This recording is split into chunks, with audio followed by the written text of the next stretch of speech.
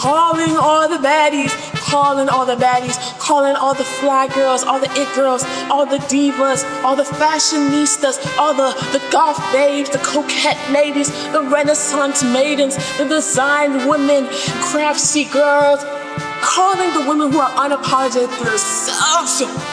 It is your duty. It is your duty to serve cunt in a world where fascism and authoritarianism are on the rise and lack of drip plagues the nation. It is your duty to serve face, give the body, slay hell, and give the people a glimpse of freedom to Ubulat. I have on my Bobbiana today because I mean business. I also have my iPad with me because I have my notes because I want to make sure I say what I need to say because it's getting critical. So I hope the baddies have been summoned. I hope you are sat ready to serve your duties. I have been making some changes to my wardrobe, or not necessarily grand changes to my wardrobe, but changes in my thought process and intention behind how I dress, and not in a cutesy, I want to switch it up type of way, but more so in my own kind of small personal protest against fascism, because yeah, it's getting spooky out here. So I am taking a little small of a stance against fascism, authoritarianism, patriarchy, colonialism, etc. through non-conservative fashion, alt fashion, cultural ethnic fashion, because I want to kind of make this effort in normalizing difference, right, amongst others, amongst our communities, etc., as well as reducing some of the dangers of conservatism, or not conservatism, but conformity. And I think that's what I'm kind of going to be speaking on to and talking about, because right now, I've told you like my solution, so let's get into the problem. And right now we are seeing the world regress, and we're seeing this fascism on the rise. And I feel like there are several cues for this type of thing, and several cues for fascism and authoritarianism. And one of those cues, maybe more of a low-key cue, is fashion. Fashion can show us a lot. And I feel like through fashion, just like art shows us a lot about the things that are happening in societies and happening in different times. I think fashion is like akin to fashion. When you unveil the anthropology behind things such as art and fashion, you start to see some of the cultural happenings and cultural and societal circumstances during those times. And you start to see certain things that are happening and certain small roots behind them. And I feel like it would be interesting to like discuss this conversation through that lens. And I feel like it's kind of actually funny the times that we're in right now. We are advancing very technologically, like we're advancing rapidly within our technology and development, but it seems like societally we are regressing. And something I thought about yesterday, it's funny how, and this is why I love travel. If you've seen some of my videos, I went to Korea like almost 2 years ago. That's crazy. But something within Korean culture was that Korea advanced very rapidly technologically wise, and they put themselves on the stage to be an economic player, but a lot of their societal happenings and development was slower to follow that technology. So a lot of, I think, societal reforms and kind of stances that people have taken over time in the West was kind of like slow to happen in Korea. And sometimes you see it happening now. But I think it's funny how the West in its way and the United States is progressing in a way that we are in like the same type of situation where technology is developing rapidly, but yet societally we are not progressing as much. And I kind of found that really funny, and it was something that I thought about actually just yesterday. But alas, I wanted to discuss this kind of conversation through the lens of fashion, because I feel like when we look at big oppressive systems, it just feels very overwhelming, and it feels like so little that you can do. You see before you, and you see this like large mountain of what feels like this pending doom, this pending doom. And it's like, you think to yourself like, oh, what can I do about it? And it feels like you can do nothing, so you don't do anything.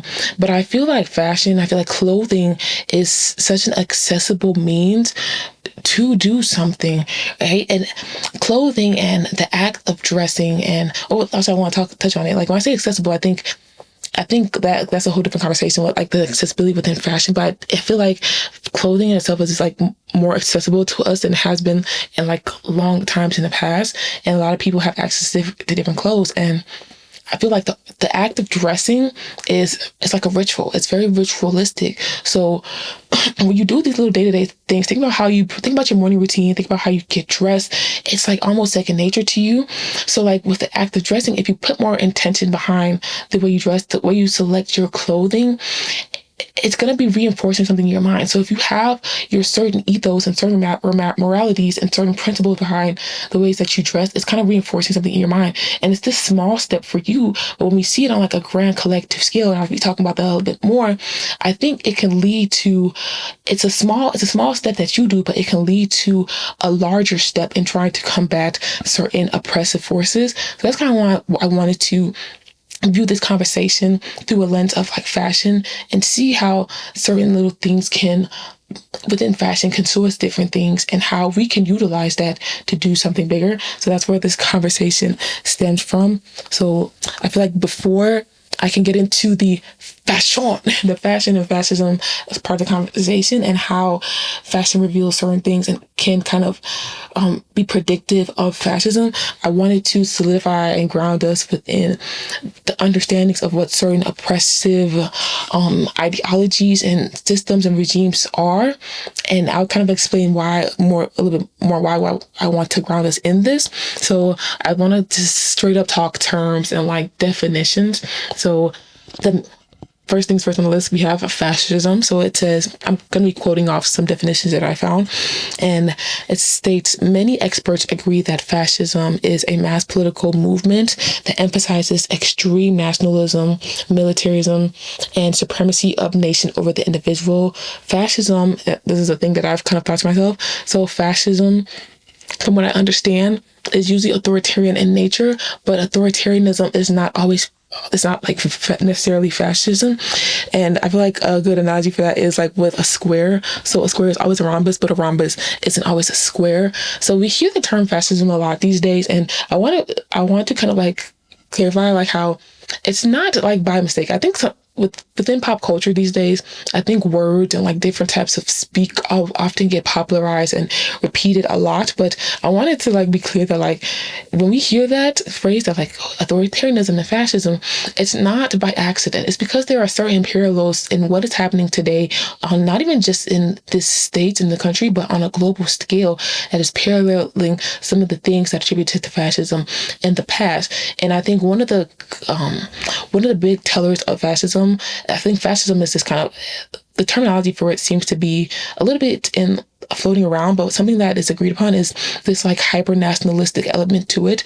And that is one of those like really big parallels that we're seeing today, is this hyper nationalism and specifically this manufactured hyper nationalism. So back in the day with, let's say Mussolini, let's say Hitler, especially with Mussolini, he would do these things with policies that would hurt Italy, but he always found somebody to blame. They always find somebody to blame to incite this type of anger within the nation so that the nation can drive towards this hyper-nationalistic view thing. Sorry, I just got distracted. I'm looking at clay right in front of me, and I forgot to wedge it, and it's getting hard. Sorry, I'm in my pottery studio.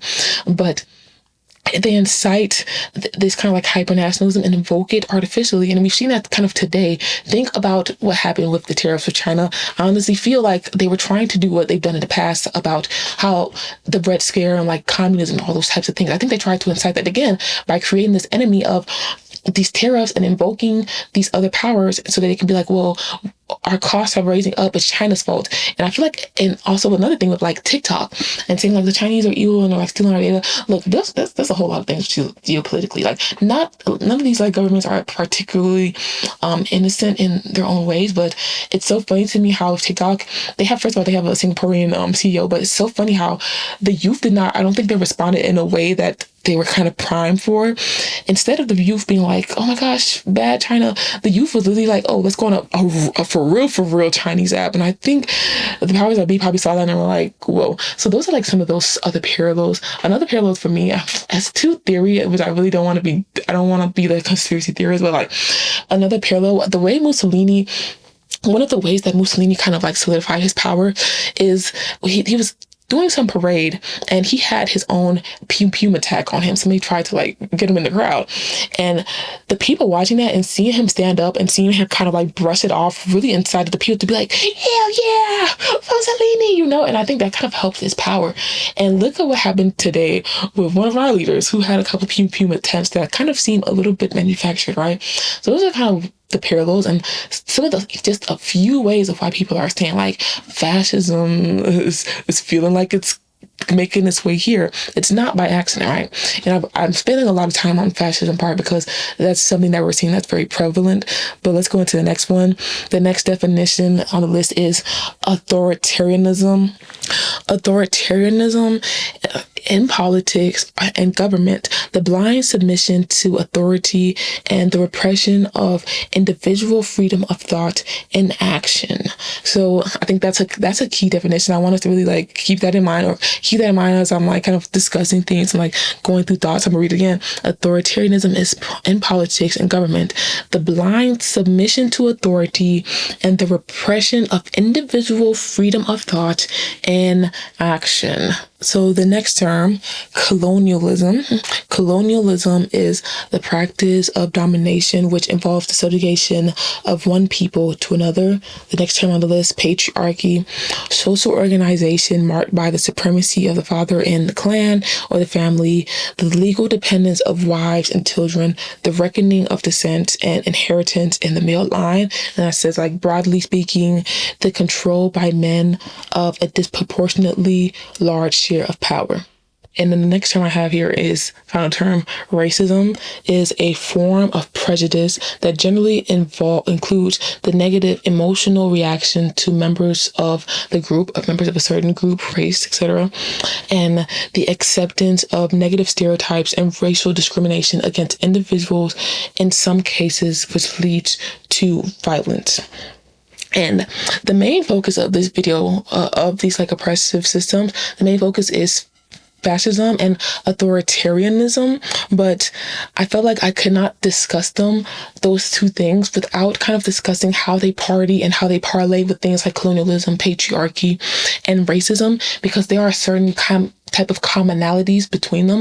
I think one of those major commonalities is the subjugation of one over another, one party being able to have domination over another. And I think another commonality between these things are the kind of psychological and behavioral elements within a person that leads a person to align with these types of ideologies, these types of ideals, and these types of systems.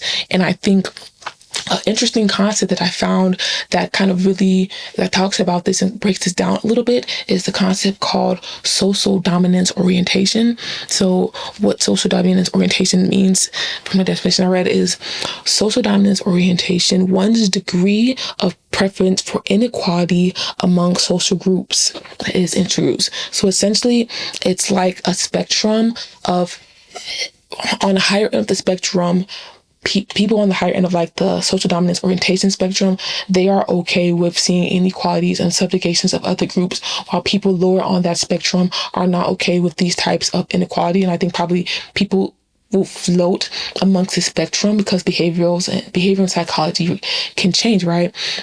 So let's talk about a little deeper and talk about some of those traits that make up people that are on the higher end of the spectrum. So on one part, I'm going to focus on this higher end of the spectrum. On one side, you have people that have more unscrupulous type of personalities.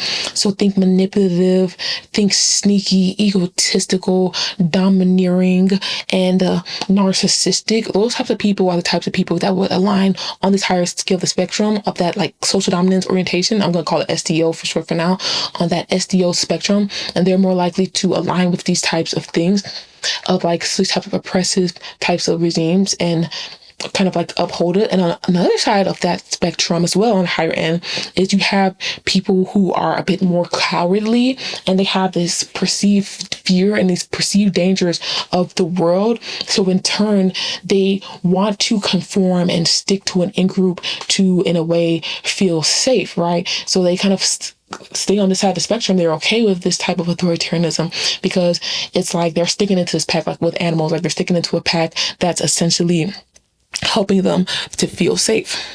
And like I wanted to talk about a little bit like, so what some of these perceived dangers might be for people who are like on that cowardly side of the spectrum. So or not just the cowardly side of the spectrum, just in general, I feel like with like the kind of like more domineering people, you have like these and the fearful, to be honest, you have these concepts that are being thrown at people, like great replacement theory, that's kind of like spooking people out, certain people out, right? But on a regular scale, you have things like economic instability. You see what the economy is like right now, and then you have things like climate change, and just you have external, like I said, geopolitical things that are happening right in front of us that we're watching. All of these things are contributing to, I think, people's fears and making people want to lean into more of this side of the spectrum of being in a group and upholding these types of oppressive normalcies in a way, if that makes sense. And you know, this type of like submission, this type of conformity, it brings this kind of safety for these people. But for people who are ready to abuse power, for people who want to clutch on power and amass power and ready to abuse it, it creates like the perfect kind of group of people for them to come in and be like, oh, I can be your sense of security, release your autonomy. People who conform are more likely to be able to release their autonomy. People who are waiting for that are like, okay, release that autonomy. I can help you feel safe. Just follow me. Just let me lead you, and I can make you feel safe. I can make you feel great again, right? So it's like, Okay, so to sum it up, so people who are on the higher end of that like SDO spectrum, the social dominance orientation spectrum, they are more likely to align with these type of oppressive systems, ideologies, and these types of regimes. And if a person subsides to one of those ideologies, like I said, they kind of work together in a way. They have these core behavioral elements that people have that makes them subside to one. So if somebody subsides to one of those ideologies, they will be likely to subside to another. So why do I say all this? I say all this to kind of ground us in the conversation of like how we got to the point that we are today, how we've kind of come this far where we are today and people are worried about. And it's because though the U.S. and though this country has never been outright fascist before, it has been racist, it has been patriarchal, it's had its bouts of colonialism.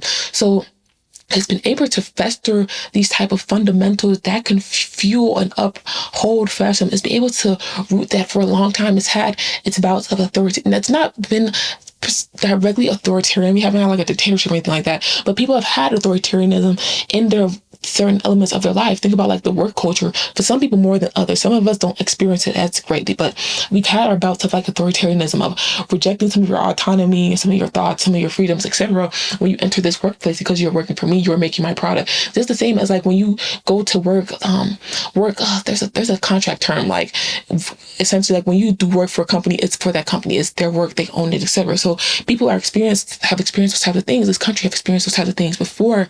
So it's like, it's scary to be in, but it's like not the surprise that we kind of got here, because we've had the certain makings, the certain building blocks and pieces that can like lead us to fascism in a way. And I think I really want to touch on that, because I want to touch on that. That's one reason why I wanted to kind of like touch on that psychological aspect behind some of these systems, but also because I feel like something that I've seen a lot is how I've seen like comments when people make comparisons of what's happening now to like something like the Holocaust, etc. You have people in response that are like, this is nothing like the Holocaust. You guys are like overplaying this. Jewish people would be like mad if you said things like that. But people like this often they've seen the end game. They've seen the 100, but they're often missing how it got to 100. And it didn't just get to 100 overnight, right? It took a series of intentional construction to get to those end games, right? When we think about what happened in World War II, it didn't just happen overnight. 6 million people didn't end up unalive overnight. Hitler was in office. He was in power for about 12 years, right? We're in month 8, right? It didn't just happen overnight. So I kind of wanted to really make sure that I solidified that message together and move before I kind of like move into that next step of how this all kind of relates to fashion. And you know, I feel like right now we've come to this boiling point, because I think a lot of people have a lot of group a lot of groups, a lot of people, even nations, have been wanting autonomy, have been wanting their rights, they've been wanting their human rights, they've been fighting for it. And I think people that have been in the in group for so long, that have been in the power of subjugation, I think they're feeling this, like I mentioned before, this fear on the SDO spectrum. I think they're feeling this fear to their normalcy. So they're kind of like trying to ramp things up quickly, and they're trying to kind of break down systems to create new ones to make them feel safe within their position of power and their position of domination. So before I get into the fashion element, let's kind of like, I want to have a little bit of a tea time to just kind of like recap and summarize what I've been saying, and then lead into how this kind of connects with fashion and how this works together. Okay, welcome to our tea side intermission. Let me a little sip. That hits. That's some Yvonne tea mixed with some jasmine green tea.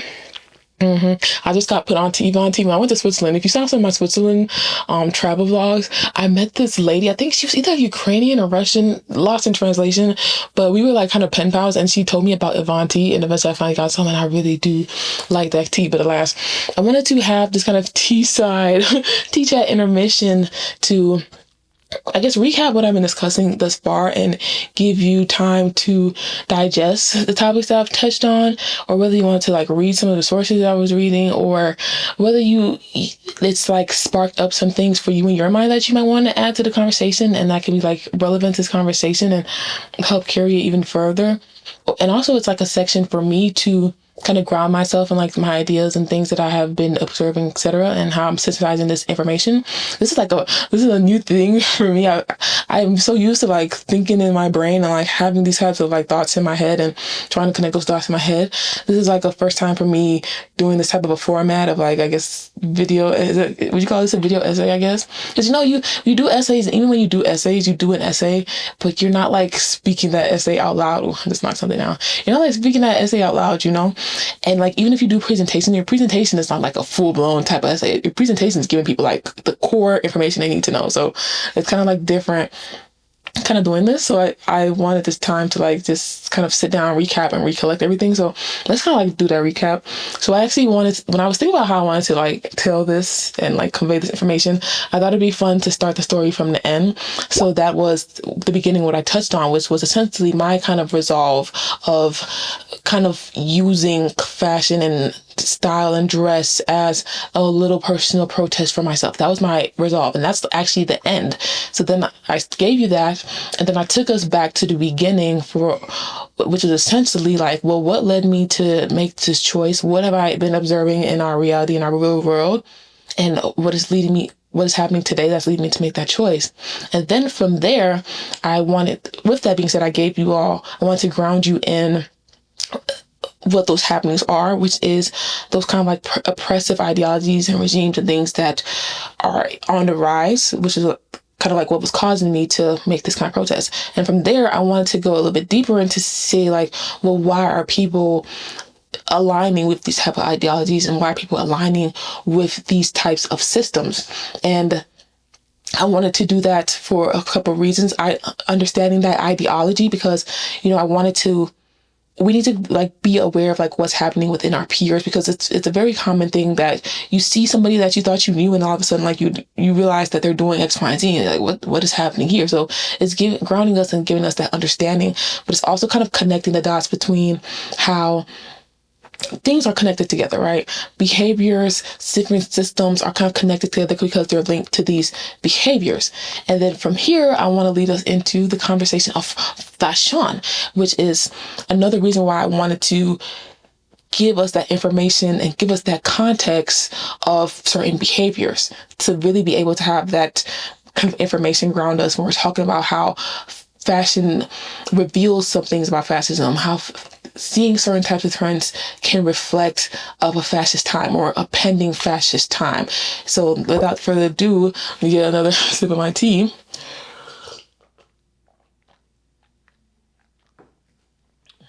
That was more than a sip. You know how it's like 2 shots of vodka? That's essentially what that was. Hold on.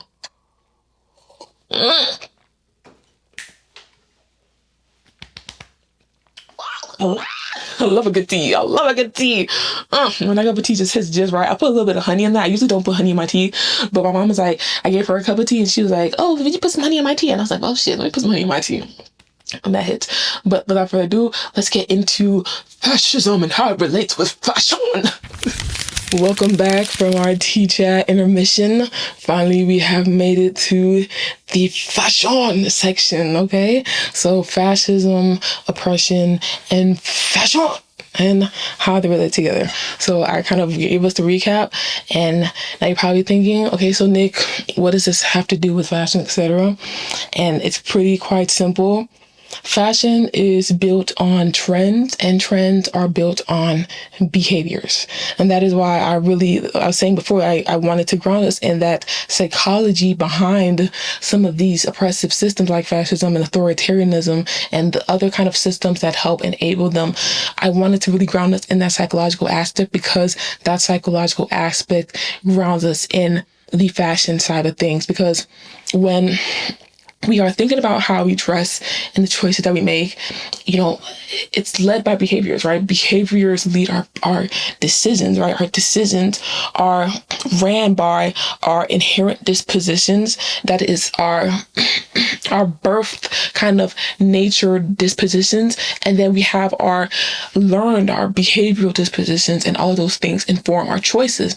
And what is one of our choices that we make every day is the clothes that we wear and the clothes that we put on our bodies, right? And that's how, when you kind of start to look at these types of behaviors, you're seeing them kind of connect together. And I want to talk about that a little bit more in detail. So I mentioned before, bring it back, what we talked about earlier and how this connecting. I mentioned before about social dominance orientation, that XDO spectrum. And I mentioned how people within that spectrum, they're trying to uphold this certain in-group.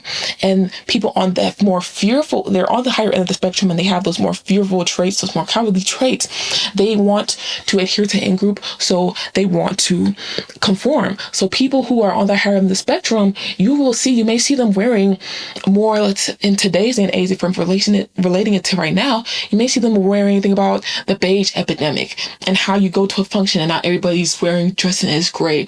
Or think about how everybody named Mamas wants to pop out to the function dressed like Mary Ann from the Prairie, or everybody wants to put on a Steve Jobs fit. Let me stop there. I feel like a black top with a jean and a nice belt is going to hit every time. But when everybody's just following that mass and following that conformity, that's when it's that's when you start to see oh, okay, what's happening here? People are starting to dress the same, people are starting to do X, Y, and Z.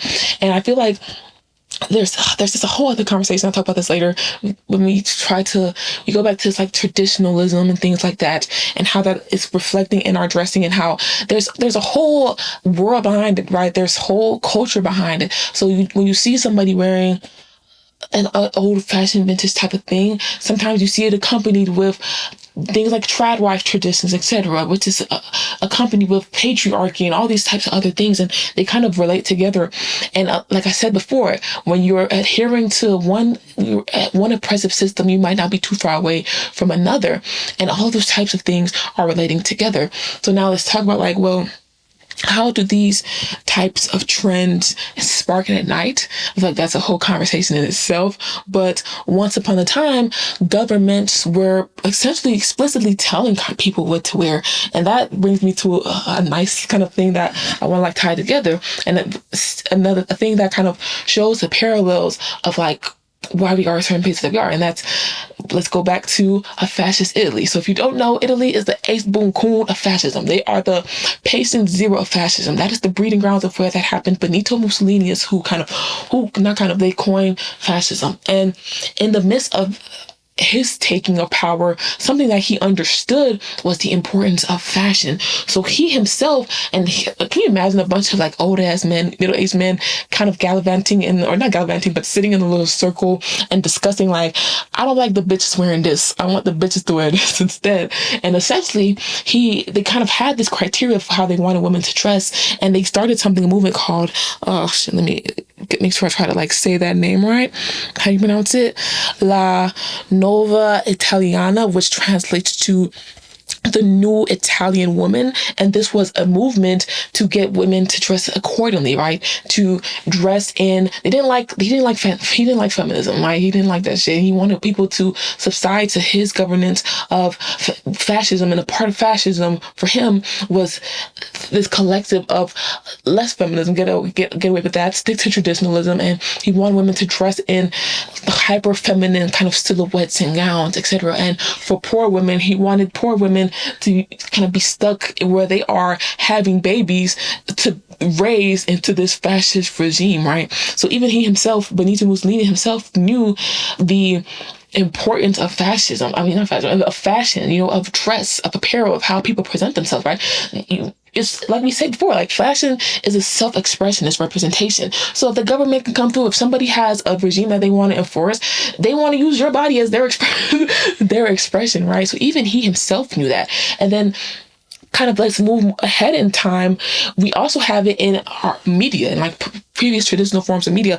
And I saw this video. Oh, I came at the perfect time. I saw this video yesterday, and they spoke about how somebody, his name was Edward Bernays, and Edward Bernays was the uncle, or not the uncle, but the nephew of Sigmund Freud, who apparently was kind of like one of the founders of psychoanalysis. So Edward Bernays, his nephew, came to the United States from Austria-Hungary, and he kind of brought some of these understandings and teaching and taught not just the media industry, but the government how to utilize some of these psychoanalytical concepts to kind of control the masses, for mind control, as well as like propaganda and boosting that up. So we see the media push these types of things. When we think about like, well, how did these trends start? Sometimes people have direct hands in starting something up and fueling things. They will have a certain trend that they want to push. And we see our government has already utilized that, and not just for entertainment, like I said, for even geopolitically. So Edward Bernays apparently worked with the CIA for their overtaking of Guatemala and overthrowing their democratic government. So it's like, right? That's why people say it is that deep. And that's why people really need to understand that. People are like, oh, it's never that deep. It is that deep. I remember having a conversation with my brother, and I'd be telling him, I'm like, my brother, he's like tapped in, but like sometimes I feel like men miss out on certain types of things because, they say like there's the logic of life and there's the spiritual of life. I feel like I've talked about this before. And sometimes I feel like men, how men like to say, well, we're so logical, Sometimes men kind of miss out on like the spiritual makings of things that are like tying everything together. Well, that's a different conversation for a different day, but things are connected, right? It really is that deep. So that's kind of like our more traditional forms of media and how those type of trends get spread today. But now we have these newer generations kind of veering away from those traditional medias, and now we have social media. And whether the government has played their parts within the social media, different governments across the world have come to understand the tool that social media can be, and like the pain in the neck that it can be for them. But it's not always necessarily the government that's pushing these types of trends. Sometimes it's just your everyday people who have it, like I've been mentioning before, behavioral things, these psychological things that they don't even know that they're indoctrinated into, and they spread amongst us. So let's think about trends like the female gaze and the soft female dressing and clean girl aesthetic and things of that nature. It starts innocent. People don't think it's that deep, but you have people who may not even know it themselves. Let's say you have a girl who's making videos about the male gaze versus the female gaze, how you should be dressing this way and stuff like X, Y, Z. You have this woman or this young people on social media who haven't even lived life yet, right? They don't even realize themselves that they have these influences from, let's say, their mom, who their mom is like super in the juices of patriarchy and has not freed herself, and she's been dragged through hell, but is still sticking by that man's side. And you have a woman who watched their mom do that, and they haven't done the work themselves, and they're coming forth telling you about a trend, and then we see these trends and like, oh, it's so cute, it's just a cute thing for us, but we don't even understand the type of indoctrination and the type of things that these people have gone through to inform some of these decisions. And then we have some of these things are spreading. And then we have, like I said, and with the conformity, I feel like with that psychological background and that subconscious mind, you have people who maybe align with that. And they're like, oh, they have those upbringings too. They have similar backgrounds too, maybe similar behavioral traits too. And then they start to conform and they start to do these things. And we have these types of trends spreading within the fashion scape and within the clothing scape of how people are dressing and how apparel is working together, right? And then I feel like we have these ideologies that people spread that they don't even know they're spreading, and it's kind of helping indoctrinate other people. And then we see these trends spreading, we see these clothing types of things spread, and I feel like trends are a part of life, and I feel like conformity is also part of life, but it gets to a point where it can be a little bit dangerous, right?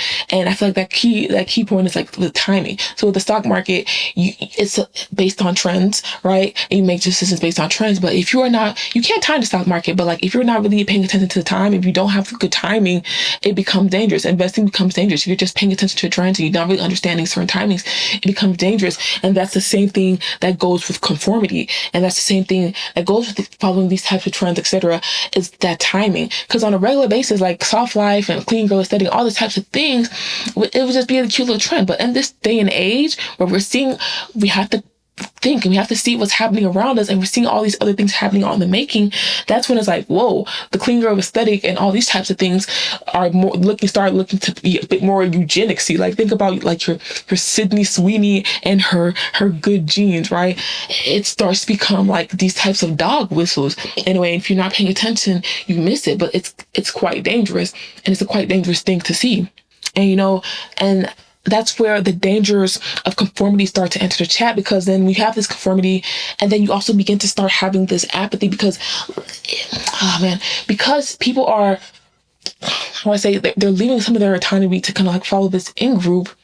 They're losing some of this apathy, and they're losing some of this kind of self-governance within themselves.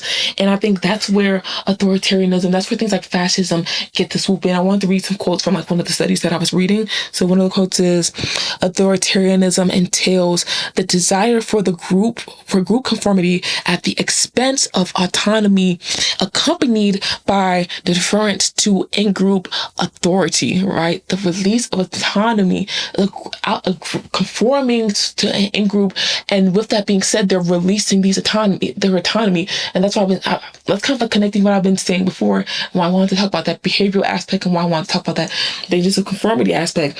Then another quote was, given that the propensity to follow others and conform to in-group mores is a core feature of right-wing authoritarianism, low cognitive engagement and the tendencies to uncritically take information at face value should foster authoritarianism. I think that's a part of the study. I wish I took more notes about that study to kind of like inform a little bit more.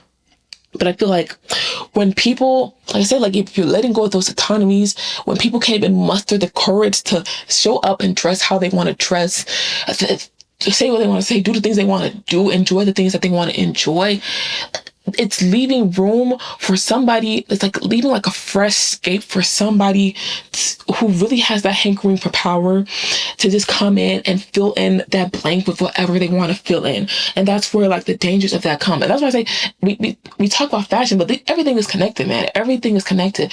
You're not making choices for fashion. You don't make choice on how you present yourself to the world. You kind of just let that be. Then you want to conform, and so you're not trying to do the things that you want to do. And it all connects to like your day-to-day living and all the types of things that you're doing and how it all comes together.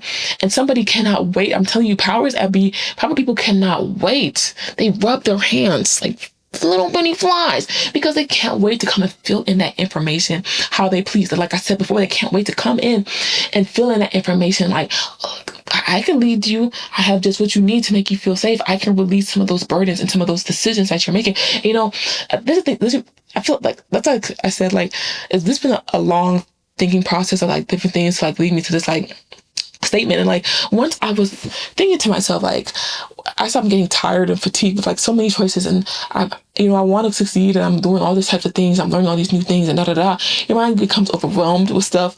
And I thought to myself, like, well, how can I make things simpler? And I wanted to be like, oh, well, let me start making a uniform for how I dress, and that can make it simpler for me to like make these less decisions. But then I realized to myself, like, I am not a computer. I don't need to be optimized all the damn time. And matter of fact, I'm an artist, and part of my art is like my living and my being and my day-to-day that helps. Like I said, everything's connected. So these little things, picking an outfit here, going here, some of these ideas, they connect together and they help me convey ideas and convey information. So it's like maybe I should put in that little bit of effort to have more thought into the things that I wear. I think, there's balance, right? Some days, if I'm, like, for example, if I'm coming into my pottery studio to do work, I can have a few outfits that I wear, but let's have some intention with, like, how I present myself and how I show up, I can at least do that. I'm not a computer. I don't need to be optimized all the time.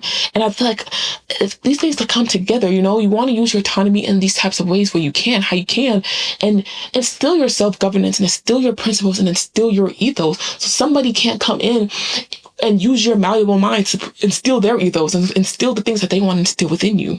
And a little quote, I just saw a little quote. I saw this joke that people from people rich people dress like Steve Jobs or whatever because they don't want to end up like Marie Antoinette.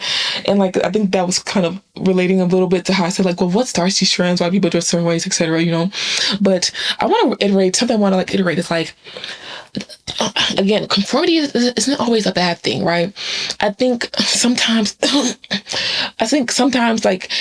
it helps with certain type of ethical things that we get on a same playing ground as a society, as communities to work with, and I feel like a good conversation of how conformity isn't always a bad thing sometimes is with South Korea.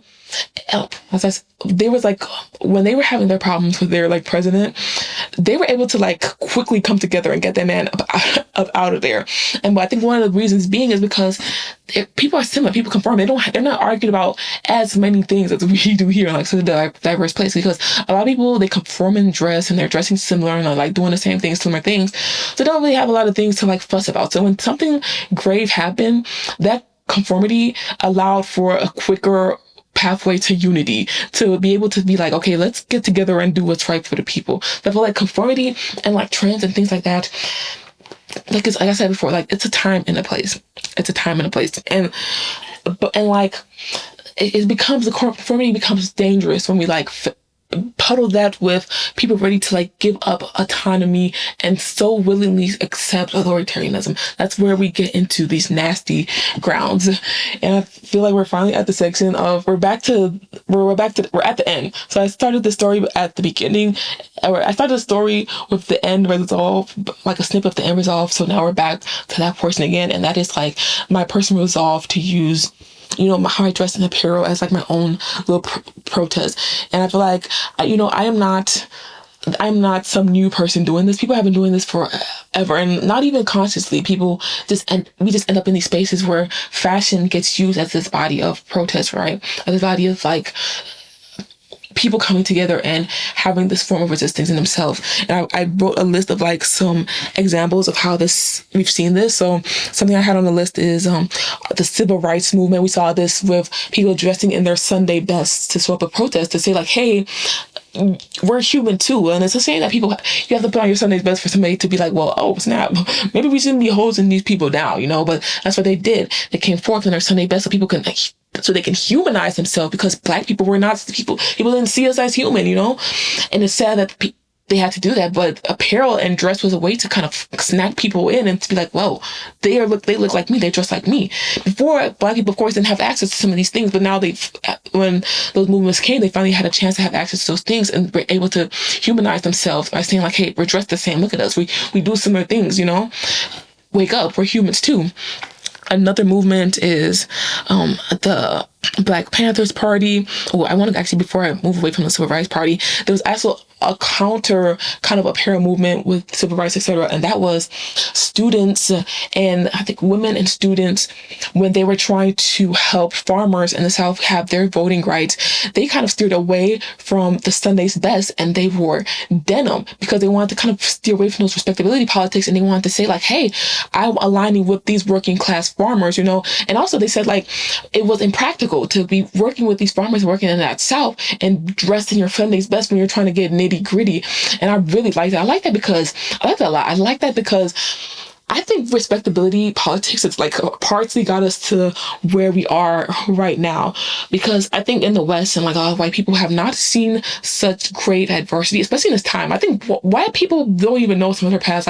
People was getting in the mud to get some of the rights that we have today. People, they think about respectability politics and they say oh, we have our systems, but they forget why we have these systems before, because people were getting oppressed and people had to put their foot down, right, and say hey, we want these rights, we deserve these things. But we have this respectability politics, and people often forget about that. And we get to these places where people are like, oh, the systems are going to help us, the systems. But people who don't give a damn about the systems could care less, right? People who are trying to break down those systems could care less about those systems. So when I saw that about like coming in denim, I really loved it, because denim is so all American, you know? And me myself, I love denim. I love me some denim. I had like 8 denim tops. So when I was like 15 in Japan, I had like a bunch of like denim stuff. So when I read that, I was like, dang it, you know? And that's why I say like having intent behind the things that you do. So having something like that to back something that I already love, and having that kind of thing to really ground my ethos, I really appreciate that. And that's actually why I even wore the outfit that I wore in my intro, why I wore that denim. At first I was thinking about what I wanted to wear, and I was thinking about wearing like some type of a formal dress, but when I like read about that, I was like, I'm gonna do the denim. And I'm gonna talk a little bit more about like why I picked that outfit, but that was one of the reasons. And then, like I said, another example of like that dress is the Black Panther Party. And I want to note too, I saw a documentary like PBS. I'll link it in like the description as well, a lot of the things I was like consuming, but they were talking about fashion and politics, and one lady was talking about how, you know, she's careful about the verbiage of like fashion, because some of these people, it was not necessarily like, it wasn't like they weren't trying to be stylists in fashion. They had like, it was a movement, you know, and they didn't want to be commodified, how fashion often gets commodified. So I wanted to like make that note, especially with like the Black Panther Party, etc. But they were known for their black garb, and you know, to be in the forefront and to show that militarization and that unity, and see that they were coming with this serious facing, you know, that was one aspect.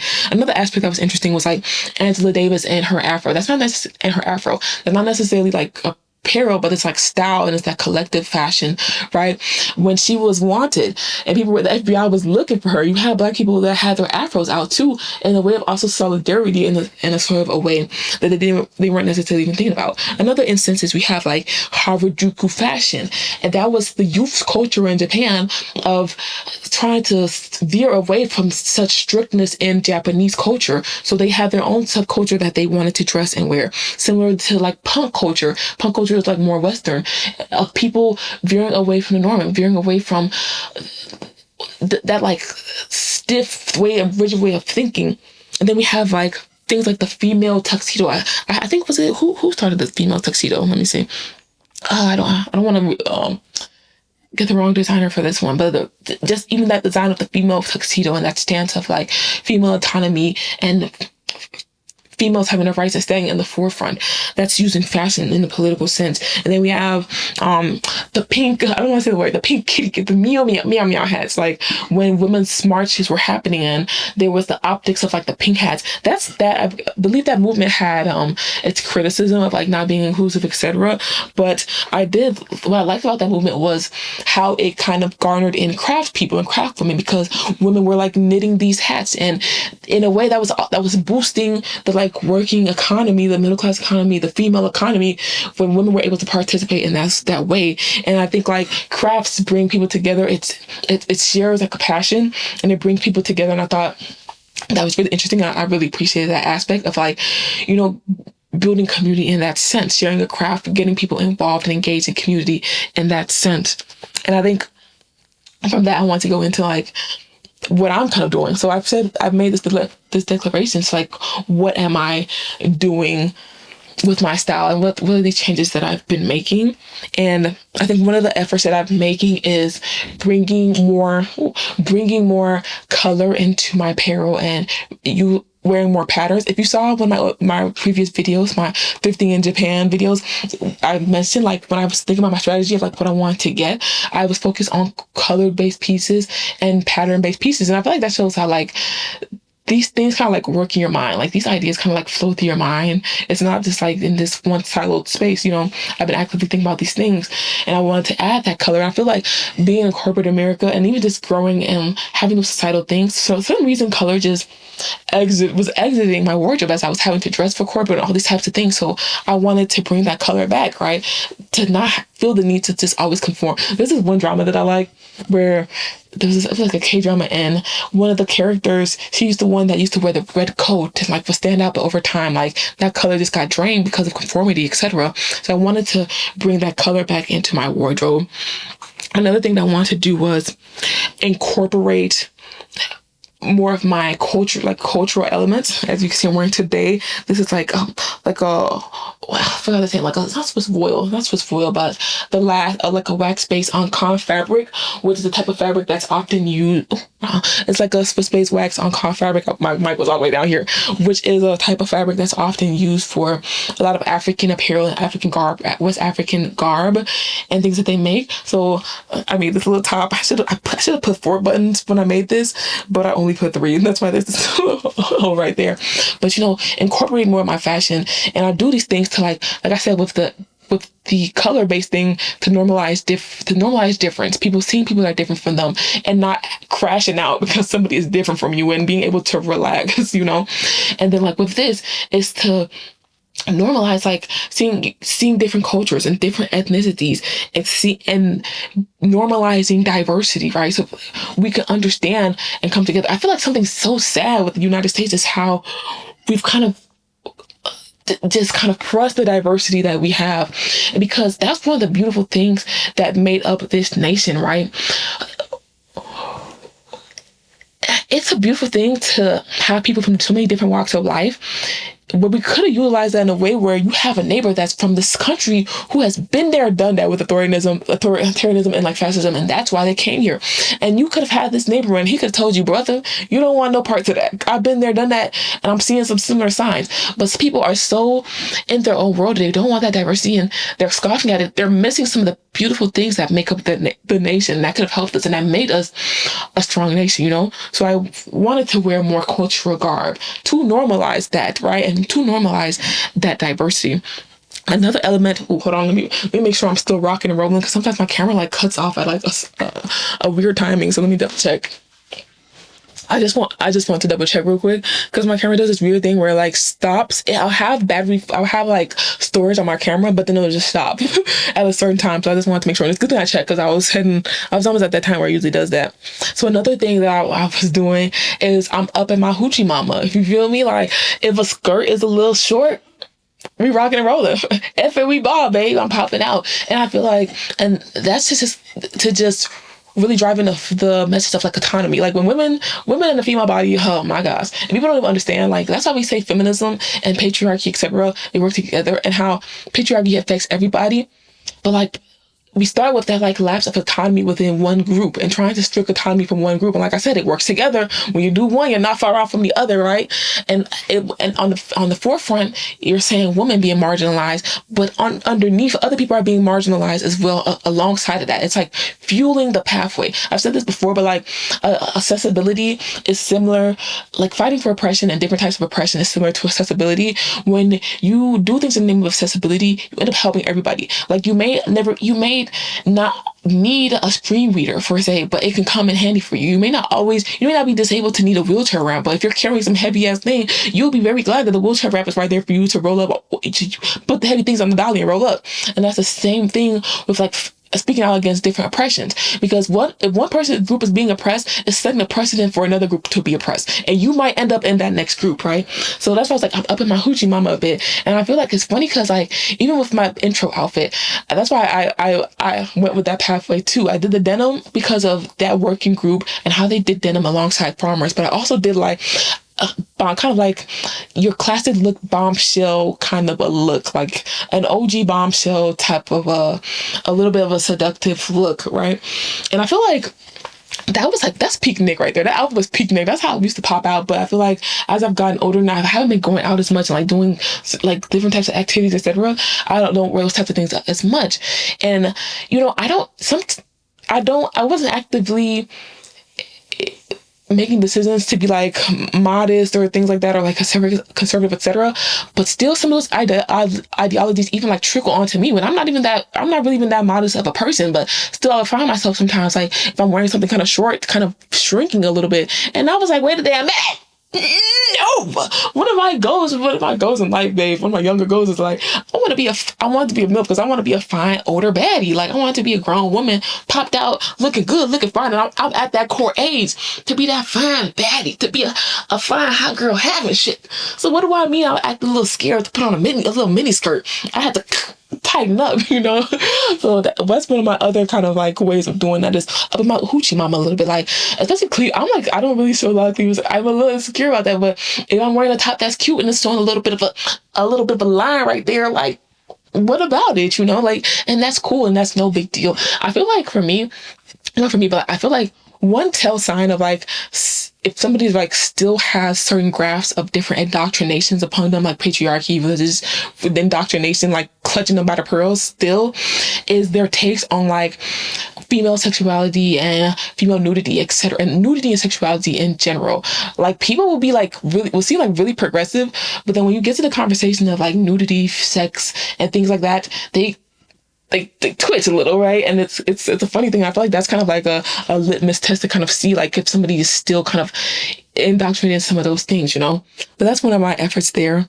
And then another, like I said, I think aligning to the title, is to not be like too strict of like things like of dressing in a way of like clean girl aesthetic and things like that, of not being too strict with that. And that's not to like flag that. Like, sometimes you want to have a nice clean chic look, you know, that's real, but like not all the time, and not feeling like this need to have to do it, right? And feeling like you have to dress this certain way and look this certain way, etc. You know, like, think about like with like the old money, new money. See, that's why I say this is connected, and that's why I had this conversation of like fashion being tell signs of these different types of things. We have this clean money, or this obsession with like old money, and not knowing like, baby, that's blood money, and like those type of ideologies of like wanting to fit this mold of like the higher class, of the higher power, etc.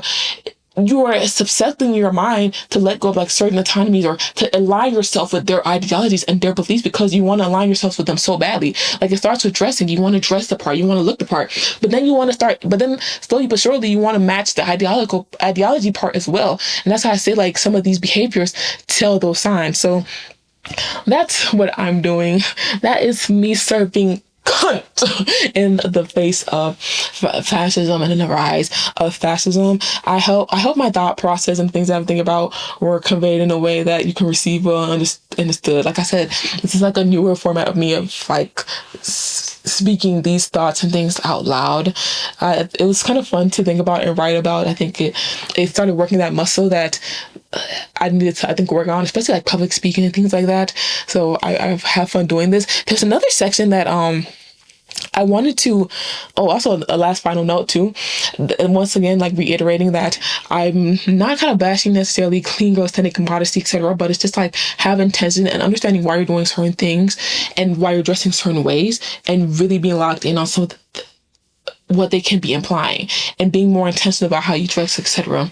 But another thing I want to add as well is that like I mentioned before, that conformity is not necessarily always a bad thing and can lead to other aspects. So something that I was thinking about is like, when people start having similarities, so let's say like people are doing their similar protests. Let's say other people are like wanting to dress a little bit more provocatively for a certain reason to really ground their autonomy. Or let's say somebody was also wearing their cultural garb, and then you see it en masse. And that kind of goes back to like what I said earlier of how fashion is accessible and can lead to a larger thing where you start to have a collective that feels like they can actually do something, right? So if it's not necessarily conforming in a way that you are just letting go of your autonomy, it's people like-minded collecting together to kind of help battle a higher power in a way where it leaves conformity and it becomes unity in a sense. And I just kind of wanted to kind of make that last little note of having that intention, and then kind of coming together and bringing it together to have that unity between like-minded thoughts and ideologies of people to really battle a higher foe or a greater foe in front of you. But one last thing, there was a section that I kind of omitted from here, because when I was like first jotting down these ideas, and I was thinking about patriarchy, and I was thinking about colonialism, and I was thinking about it all together in the works of fascism, I knew that I didn't want to stray too much. And I started to kind of like look into things in relation to colonialism and apparel and dress. But like I said, I didn't want to stray too much from fascism, authoritarianism. So I omitted a section. It was essentially just discussing how colonialism attributed to some of the repressed kind of ideals of the body and people feeling shameful of the body and feeling this need to be modest, because in certain cultures that wasn't even initially a thing till we had colonization and imperialism come by, and that started to instill some of these ideologies into certain native people. And then it's like weird where we see it today, where somebody's feeling like reserved about their body and they're from a certain culture, and it's like, hold up, that wasn't even a thing that was in your culture till this came about. So I had that whole section there. I was wondering, like, would people be interested if I like expanded on that and look more into it? But yeah, that's it for me today. Thank you so much for sitting with me through this. I had fun kind of working on it. I was nervous to do it for a long time. I've been holding out on doing this for a long time, but I'm happy that I did, because you can't rush this, you know? I feel like so you live and you get more information. As I would like hold off on this, but even as I was holding off on this, I was seeing more information that was like connecting dots for me, you know? So I hope people enjoy this. And if you do enjoy this, I know the algorithm likes to like pigeonhole you to do something rapidly and constantly, but please don't pigeonhole me to have to make things like this every day. I can't do things like this every day. Like, I hope to do something like this maybe like once a quarter, maybe, or something like that. I don't know. But thank you for watching. That's it for me. Actually, not by. I didn't want to just be in my own bubble of thoughts. I've been really wanting to like talk to more people in real life, you know? And I decided to actually do that. When I was filming the intro, I ran into this young artist. I decided to ask her to like see some of her takes on like what's going on right now in the world and in this country. And she was really young. She was actually young. I didn't really realize it in the moment because I was just go. But I realized later that she was young. And I think that was perfect, because I feel like young people are feeling this a lot because they are having to grow into this future of so much instability. So I think it was like just perfect timing to like meet this young lady and get a chance to talk to her. So let's take a look at that. Hello, y'all. I am like chatting with a person doing my first little interview ever. If you know, you know I've been wanting to do this. Would you mind telling me your name? My name is Josie. Hi, Josie. I decided to talk to her because I was literally walking past and I saw her like down and I saw she was sketching and I thought she was sketching a leaf. And as a person who loves a good leaf, I was like, I need to talk to her. So I kind of wanted to ask her in like theme of like what this video is about, like how she feels about kind of the way the country is moving, as well as like how she feels about fashion, and not just fashion but art as a form of resistance, and if she has like any inspirations in that regard. So I think that there are a lot of scary things happening in the country, and I think it's motivating me and a lot of the other people I know who make art and like art and appreciate art to look towards the people who are immediately around them. And I think the internet is a way to do that, and your immediate community is a great way to do that also. And so I've been seeing a lot more local people from where I live talking about their experience, talking about their friends' experience, trying to get the word out there about how they feel about everything. And it's really allowing people to band together in a way that I think is amazing. Yeah, I think so too. As far as like artists go, do you have any artists that you know of, or even not just artists, but people who dress a certain way, who do certain projects, do certain work? Have you seen somebody in particular that inspires you to kind of use art as a form of like resistance, or use fashion as a form of resistance? There's a woman who knits sweaters in England, but she does her own designs for the sweater, and she kind of mixes together a really fun like illustrative style with like very short slogans, but things like resist or things like calling people to care about others. And I think that that's really good because it's really fun, but it's also really impactful, and it's usable and it's wearable and people can see it, and it just mixes together a lot of what I think art is. Oh, I really like that idea. I like that example because like one of the things I've been looking at is like arts of resistance. Did you ever hear about like I don't want to say the full word, I don't know if it'd be blocked out, but the kitty cat hats, the pink kitty cat hats? Did you ever hear about that? I have heard of those. So I think it was like interesting how like craft people use their craft, and since you say knitting, I thought that was really interesting because a lot of the like hats were knitted. Thank you so much for the example. Are you from Chicago? I'm not. I'm from Iowa. Oh, you're from Iowa. Are you like visiting, or are you here for school, or are you just visiting? Or? Visiting and for school. Oh, for school. Okay. So you're an artist. Are you? I don't want to see. I'm not gonna say your school because I don't want anybody to see your school. Okay. I'll actually that off camera. But thank you so much for chatting with me. Like I love the answers that you gave. I'd love to take some videos of like what you sketched as well if you're interested. Okay, that's it for me. A little interview snippet. See you all next time. Bye. Oh, this leaf is so cute. You can show me some of your other pages that you're interested in. Oh, so you guys have been like live sketching? Yeah. That's cool. Some birds. We're supposed to talk about sound and everything. Oh, that's I did really this cool. one with the face. Oh, that's really cool. These other ones are a lot of notes I've got about stuff. Oh, that's really cool. I love this. This is for a project I did. Oh, that's so cute. Thank you so much for chatting with me. I really appreciate it.